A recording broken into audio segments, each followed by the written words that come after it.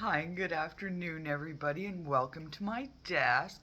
Okay, so I wasn't originally going to get in or weigh in on this whole man versus bear thing because, I think we all pretty much get that, well, A, women are all choosing the bear, and B, from what I can tell, men are getting really butthurt over it. Sorry, guys, you are. I've looked at so many of the responses and so many of the comments over so many of these stitched videos and, things like that. Now, I find it funny that the reaction is anger from the guys. Well, not really funny as in haha, but gentlemen, got a question for y'all. Um, Now, I like you guys. I do. I work with guys. I'm a carpenter. I work in the trades. I work out in the field. 99.9% of the people I see from any given day are men. And for the most part, you know what? I have to say that, yeah, they can be silly. They can be childish. They can be rambunctious. They can be boisterous. They can be a lot of different things. They can also be highly intelligent. They can also be creative. They can also be um, hands on in being able to put things together, and math is definitely a strength in their field. Especially if they're carpenters, plumbers, electricians, anything like that. I mean, ductwork guys, you tin bashers, bricklayers, and masons. We don't have a lot of them in Manitoba, so that's a specialty trade all on its own. Um, with that being said, um, the funny thing is, and this is why I gotta say, like, guys, instead of being mad that the women have chosen the bear, and ladies, I work with all men, and yeah, I get what you're saying. It's the unpredictability. It's the fact that you would know firsthand that you might have a better chance of walking away. Like a bear might actually just totally negate you if you make sure that you're not bugging the bear ain't bugging you, right? That's pretty much what it boils down to in our logic. And I get that. And for the most part, you're probably correct. If you ran into a bear in the woods and let's say it wasn't diseased or severely malnourished, um, or thinking you're a threat to its cubs, providing it's a female in spring, um, yeah, you probably have a better chance of walking past a bear with no incident. Guys, they say the bear because you're unpredictable. Women feel like because of their experiences with men and with the male gender as a whole, even right from small, women have this thing about guys that it's like, you guys are all unpredictable. We don't know from if we were to encounter you in the woods if A, you would be a decent guy and say, "Oh, you're lost in the woods, let me help you." Or you're a wolf in sheep's clothing. "Oh, let me help you." And then all of a sudden you didn't unalive, or you all of a sudden you unalived this person, or you SA'd them and then unalived them. The women are saying bear wouldn't do that. And a bear wouldn't. Bear would just potentially unalive you. So, in that sense, I get where everyone is saying, and I'm no different. I said the bear. I work with all guys, and I still said the bear. Okay. And again, it's that unpredictability as to why. Now, gentlemen, okay, instead of being butthurt by this and upset, or, oh, well, it's not me, I would never, I get that. There are a lot of good guys out there that are correct, would in fact wouldn't, but there are also a lot of bad guys out there that in fact would. All women have known, experienced, or had a friend that knew a guy that either SA'd her or, and that's the thing. Statistically, you're more likely to be victimized by somebody you know than a stranger. So, that doesn't put a great spin on it for us as women, you know. Um, but I have to say, instead of, again, being butthurt by the whole response by pretty much all of womankind, um, I'm just going to say something. Instead of being upset, why aren't you trying to be better than you're perceived? Why aren't you trying to fix the ones that made you all look like this? You know, we don't need men today to protect us from wild animals or to slay things for us to eat or to drag carcasses home for our children. And long coming past, believe me. I was born in a time before internet, so I can tell you. So it's not a case of we need you for survival, because we don't. And being that I am a very... See, my dad, he did something for me that probably a lot of girls' fathers at some point thought. Because I know my dad did, and I'm a Gen Xer. So if my dad thought it, I'm thinking probably quite a few of you dads out there thought that as well. And it's simply this. I will make my daughter strong enough and self-sufficient enough that she will never need a man. Now think about that. Need. We all know there are great differences in between needs and wants. A need is something you have to have in order to survive in life. No woman in today's day and age needs a man. Now, we may entertain and or want a relationship and to have a partner in our life, and that comes with its own trials and tribulations, I might add, because everybody out there, I'm just going to say it, and anybody that's been married or with somebody for any great length of time will tell you, even the best of marriages, the best of relationships will have problems, will have issues, and will have things in which you have to overcome as a couple together in order to be able to move forward. Okay? If either of you give up or back away or pull during a trial or tribulation in the relationship, there will be resentments, there will be hurts, there will be all these other things that follow, and the relationship will probably fail. It's just the way it is. It's not just about love. It's not just about, relationships, as we all are aware at some point in our life, come with a lot. Now, I'm lucky enough that I have a partner in my life whom I absolutely love, heart and soul. But the man can be a pain in my ass. And I'm sure, without even having to ask, that as much as he loves me, there are days where he could probably just strangle me. Okay, that's normal. That's a relationship. That's two people giving and taking, toing and froing. Okay, that's how it is. You're going to have moments where you're not always going to agree. You're going to have moments where you're not always going to like each other. And guess what? There is no such thing on either side of this coin as a perfect man or a perfect woman. There is just our idealisms and preferences about what we've seen as a result of our childhood and what we've experienced in teenage dating life, and then what we take into married life. Okay? No perfect partner. There are people that you gel well with that can, yes, you can give and take and make a relationship work and be honest with, and they're honest with you, and all these good things happen. But that doesn't negate the fact that there's still trials and tribulations, and there will be. And, I'm just going to put this out there for everybody so that everybody understands. Okay, my partner, he's roughly 15 years older than I am, which is kind of funny because he's the last year of his generation, and I'm the last year of my generation. So, in that respect, I guess we work. But he has to deal with me now going through menopause.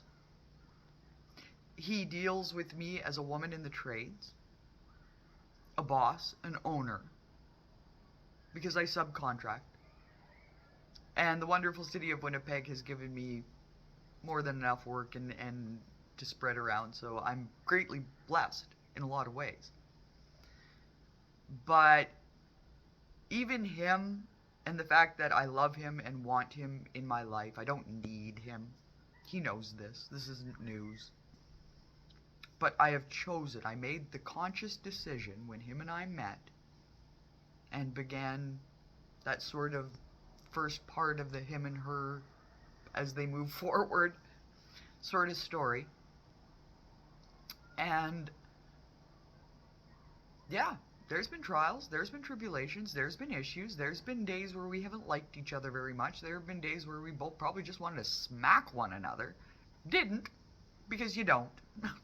You think it.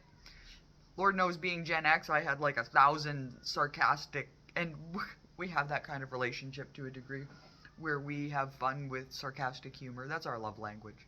And you gotta be able to laugh with each other. And honestly, that's probably what keeps him and I together a lot of the times, is the fact that even when I'm at my maddest, even when I look at this person and go, oh, dear Lord, I'm with freaking Archie Bunker. Look at him. Nobody makes me laugh more. And nobody makes me laugh more. Nobody's ever made me laugh the way he makes me laugh. Like, and even sometimes when he totally unintentional, he'll just catch me, and yeah, it's just hysterical. He's hysterical. But we fit together. We do. We understand each other. And even when we're angry and we have those moments where life isn't great, we do take a step back from each other. And we do stop to remember the things that we love about one another. And even though things aren't perfect, and again, that word perfect is someone's perception. There's no such thing. Okay? You can have great, you can have, we're working at it, you can have all of that. But that's work. That's sacrifice, that's compromise, that's that give and take, that balance of the scales. Now, excuse me, but for you ladies out there that have taken part of this B4 movement, no judgment, it's perfectly fine.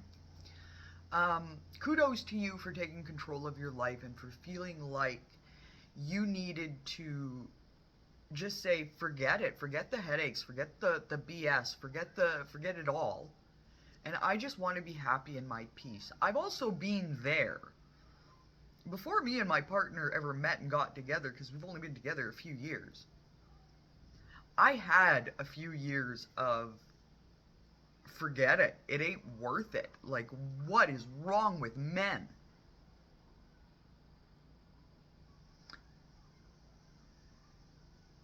Right? And I know there's ladies out there going, ooh, Charlie, you telling the truth. And yeah, no, I mean, we all come to, and even men come to those moments in their lives as well, so it's not one-sided, so I kind of find it funny where guys are like, oh, well, if that's what you're going to do, we're going to do it too. Guys just gave them what they wanted, they don't care.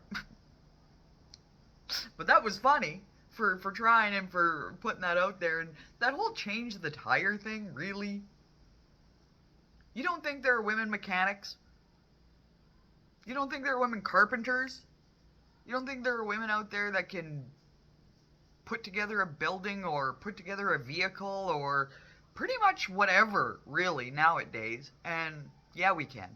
Yeah, we can. And yeah, we can. So your argument is completely frivolous and invalid. And you soft guy eras. Oh boy, have I been hearing about that. That's hilarious, by the way. Ain't nobody drizzle on you nothing. Okay? Go drizzle on yourself. I work hard. I work really hard. And if a guy ever came up to me with that attitude, if I was ever single, ooh, child, keep walking. Because that wouldn't be happening. Not on my gate. When I decided I wanted a partner in life, and I wanted to be with somebody again, I wanted a partner. Somebody that was gonna fight these fights in life with me, not serve up against me. And that's where you soft guys, like, here's the thing, okay, these women that want to be, cared for financially and whatever by men, they're basically saying that they want to be those women that old-fashioned guys want. What do you want? I mean, really, because they want to be the ones to stay at home and look pretty, and there's no shame in that, because there are guys out there that want to take care of women like that. Obviously, it's a thing. There are women like that. There are guys like that, right? Like, on both sides, it's a thing. So, I mean, nobody needs to be getting all like upset and excited for it. I mean, if soft chicks want to be with them guys that want to dish out the bucks, great. If soft guys want to be with sugar mamas that want to dish out the bucks, great. That's your decision. Before chicks, and before guys, whatever. If you guys want to be on your own, perfect. Congratulations. Ta-da! Bing! You are now on your own. Enjoy. But what are we fighting about? Really, what are we fighting about, guys? Like, what, you ones back there that are insecure and upset and rattling, or think you're rattling chains by making these really ridiculous arguments. How about just take a look at why women are saying this as a whole? Fix that part of yourself, or make it so that women aren't looking at you guys like that anymore. Maybe stop going out there and essaying people. The ones of you that do. Stop going out there and unaliving people. The ones of you that do. Like, just saying, if you guys weeded yourselves out like that, I mean, and looking at statistics, I mean, yeah, okay, we have women murderers and women essayers and women whatever, but it is by far more likely that you will be, or that someone will be attacked, perpetrated, essayed, or unalived by a man than anybody. So, sorry to you guys, for us girls thinking maybe we'd prefer the bear. And to dating in her 40s. I love you, girl. I watch your thing. You're cute. You asked a question earlier, and it was, love stories. Do you prefer to hear the really good ones or the really gory ones? I've had my share of both, but I like to share the good stuff, and I like to hear the good stuff. And the only reason I'm saying that or answering to you is because I think that we have enough gory stories and enough, arguing amongst man versus bear, and, or the ones that really want to go left of center, they bring up spiders and other things, I don't know, right? But, and just to clarify to everybody, regardless of the decision, I'm picking the animal, okay? Just saying. That's life. So if anybody out there is wanting to pile on, jump on, make a comment or whatever, by all means, please do so. But yeah, as for that, I just really want to put out a good story and just let you all know that, hey, we live in a society where we're all allowed to choose, and it should be okay. So guys, stop being hurt because girls are choosing the bear. Just go about your business and maybe fix some stuff about yourselves, and maybe at some point, given this choice again, it might be different. So if you want to see a difference, help make a difference. And to all the great guys out there that there are out there, because I gotta say, working in the trades guys are generally very steadfast people. So I gotta give those guys a lot of kudos and a round of applause to them, because most times those guys, and any of the ones that I have met in the trades, which I've been here a long time, they love their sisters, they love their mothers, they love their daughters, they protect them with a fierce growl, okay? And they are not misogynistic, generally. I mean, in the beginning of my career in the trades, I actually had the benefit of a lot of older guys coming and teaching me how to do my job and how I do it today. And I've taken a lot of wisdom and experience from those generations, because they were, a couple boomers, silent. Yeah, I was trained by those guys, okay? Just saying. So, I mean, I do lath and plaster as a specialty, and that sort of thing. And I understand, you know, when I enter the trades, there was a lot of trepidation for me in terms of like, is this going to be too big a challenge, or what am I getting because I entered in the 80s, okay, just to give you all a little background, because again, being a fourth generation painter, I was the fourth generation of my family to enter into that trade, and I entered into it very young. So, I had my grandfather and my father there to teach me the trade, and they guided me and pulled me through. So, but I was lucky. All those tradesmen that I encountered, far and few between, ever made me feel uncomfortable, far and few between, ever made me feel like I didn't belong.